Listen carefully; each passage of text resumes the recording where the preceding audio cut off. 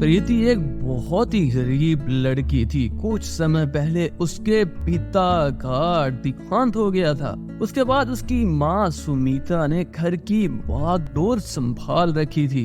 सुमिता लोगों के घरों में झाड़ू पोछे का काम किया करती और उसी से उनके घर का सारा गुजारा चलता था।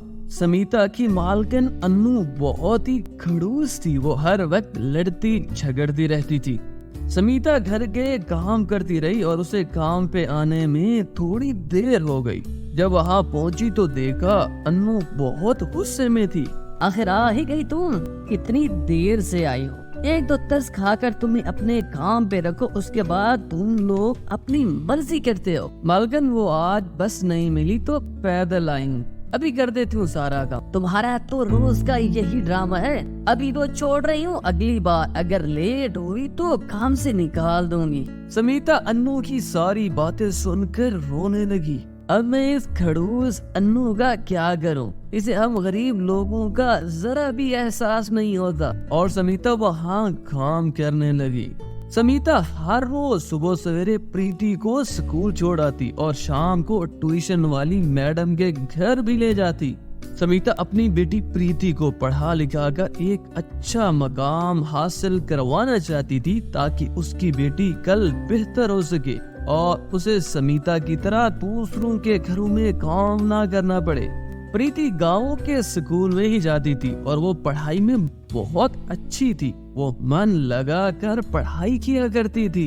एक दिन प्रीति ट्यूशन से वापस घर आई तो अपनी माँ से कहा, माँ वो ट्यूशन वाली मैडम फीस के लिए बोल रही थी, हमारे पास तो पैसे नहीं है, अब हम क्या करें? अच्छा तू चिंता ना कर बेटी, कल मुझे तनख्वाह मिलने वाली है, फिर तेरे स्कूल जाकर तेरी फीस भर दूंगी। ठीक है माँ, मैं अभी अपनी दोस्त किरण के घर जा रही हूँ। ठीक है अब तुम जाओ, लेकिन टाइम पे घर वापस आ जाना। हाँ अम्मी, मैं टाइम से ही घर वापस आऊंगी। प्रीति खुशी खुशी अपनी दोस्त के घर चली जाती है और समिता पहले अपने घर का काम फिर काम के लिए अपनी मालकिन के घर जाती है।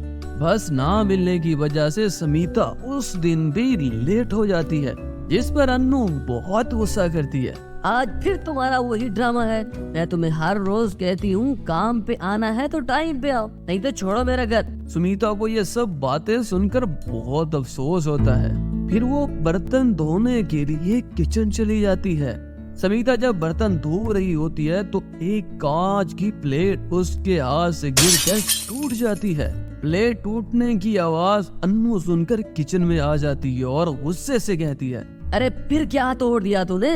है खुदारा, मैं इसका क्या करूं? तुम्हारा ध्यान कहाँ रहता है? मेरा इतना अच्छा सेट तूने खराब कर दिया। तू अब एक काम कर, घर जा और आराम कर, चल निकल यहाँ से। गलती हो गई मालकिन, माफ कर दिए, मुझे काम से ना निकालिए। बस बहुत हो गया, तुम अपने पैसे लो और निकलो यहाँ से। कृपा करो मालकिन, माफ कर दो मुझे। अब दफा हो जाओ, कहीं और जाके नौकरी ढूंढो। तुम्हारे जैसे कामचोर नौकरियों की मुझे कोई जरूरत नहीं। निकलो अब यहाँ से।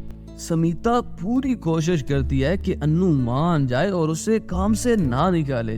वो उसके सामने हाथ जोड़ के विनती भी करती है, लेकिन अन्नू नहीं मानती। समिता रोते हुए मालकिन के घर से चली जाती है। प्रीति जब स्कूल से घर वापस आई तो देखा उसकी माँ रो रही थी। अरे माँ क्या हुआ, आप क्यों रो रही हैं? कुछ नहीं बेटा, बस तेरे पिता की याद आ रही थी और अब मालकिन कुछ दिनों के लिए बाहर जा रही है तो मुझे छुट्टी दे दी है। अब यही सोच रही हूँ घर में बैठ के क्या करूँगी। माँ इसमें उदास होने की क्या बात है? कुछ ही दिनों के लिए वो बाहर जा रही है और जब वापस आएंगी तो आप भी चले जाना। अब आप बैठे, मैं आपके लिए खाना लाती हूँ, मिल के खाएंगे। वो दोनों खाना खाती हैं।